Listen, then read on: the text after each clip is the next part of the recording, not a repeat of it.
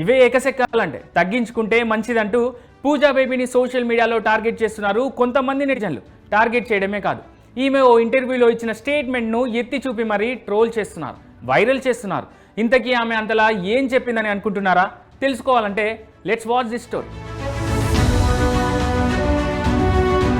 చూడ్డానికి బార్బీ డాల్లా కనిపించే పూజా హెగ్డే సినిమాల్లో స్టార్ హీరోయిన్ అవ్వాలనే కోరికతో బాలీవుడ్లోకి అడుగుపెట్టింది. తన మోడలింగ్ కెరీర్ సక్సెస్ అవడంతో సినిమాల్లోనూ సక్సెస్ అవుతాననే హోప్తో తన ఫిలిం కెరీర్ను స్టార్ట్ చేసింది. టాలీవుడ్, కోలీవుడ్, బాలీవుడ్లలో ఇప్పటి వరకు పెద్ద పెద్ద సినిమాలే చేసింది. స్టార్ హీరోల పక్కనే ఆడి పాడింది. కానీ తన కెరీర్ టర్న్ అయ్యేంత క్రేజ్ మాత్రం సంపాదించుకోలేకపోయింది. ఇక 2 years నుంచి ఖాళీగానే ఉంటూ తనకు కంబ్యాక్ ఇచ్చేలాంటి ఓ సినిమా చేయాలని వెయిట్ చేస్తోంది ఈమె. ఈ క్రమంలోనే బాంబేలో పేపరాజీకి కనిపిస్తూ అప్పుడప్పుడు నెట్టింట వైరల్ అవుతోంది.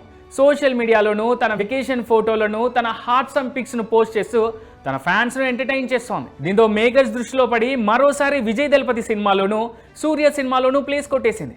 ఈ బంపర్ ఆఫర్స్తో నెట్టింట వైరల్ అవుతూనే రీసెంట్గా ఓ ఇంటర్వ్యూలో తను ప్రేమలో పడ్డట్టు చెప్పుకొచ్చింది.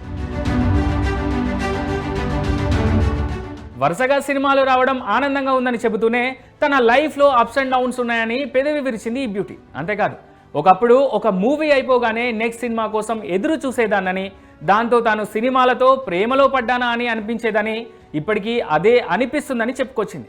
తాను ఓ హీరోతో ప్రేమలో ఉన్నానని బీటంలో వైరల్ అవుతున్న ఓ న్యూస్కు ఈ ఆన్సర్తో చెక్ పెట్టేసింది. ఇక తన మాటలు నెట్టింట వైరల్ అవడంతో కొంతమంది నెటిజన్లు ఈమె ఇచ్చిన ఈ స్టేట్మెంట్పై సెటైర్ వేయడం స్టార్ట్ చేశారు.